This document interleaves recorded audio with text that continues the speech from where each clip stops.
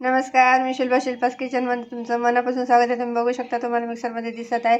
हा आहे मसाला. मी बनवत आहे अंडा करी. त्यासाठी 2 कांदे छान असं भाजून घेतले होते.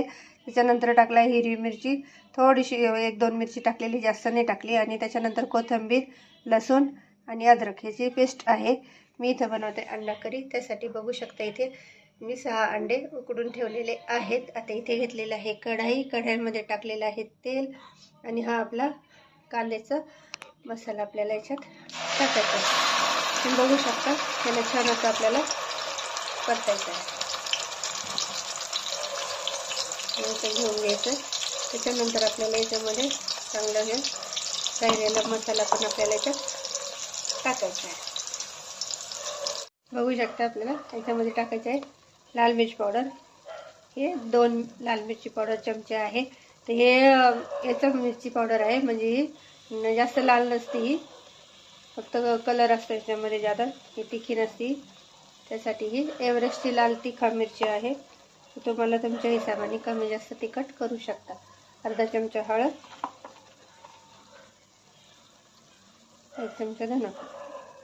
याला पण छान असं आपल्याला परतून घ्यायचं आहे. बघू शकता, याला छान तेल सुटेपर्यंत आपल्याला आपला मसाला परतायचा. बघू शकता, आपला मसाला झालेला आहे आणि त्याला छान असं तेल पण सुटलेलं आहे.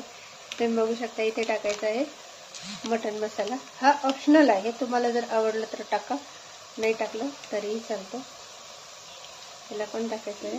छान असं आपल्याला याला परतून घ्यायचं आहे. तुम्ही बघू शकता, छान आपल्याला हा परतायचा आहे. टाकायचं आहे चवीपुरतं मीठ आणि हा कांदा लसूण मसाला. हा एव्हरेस्टचा कांदा लसूण मसाला आहे. हा साधारण 1 मोठा चमचा आहे. याला पण छान परतून घ्यायचं आहे. बघू शकता, आपली भाजी एकदम छान आहे. अशा पद्धतीने तुम्ही अंडा करी करून बघा, खूप टेस्टी आणि खूप छान लागते.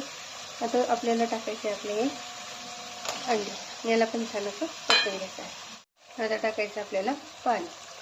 तर मी इथे साधारण 1 ग्लास पाणी टाकलेलं आहे. तुम्ही तुमच्या भाजीची क्वांटिटी पाहून पाणी टाका आणि याला छान असं उकळू. बघू शकता, आपली भाजी झालेली आहे. आता आपण करू गॅसला बंद आणि करू प्लेटिंग.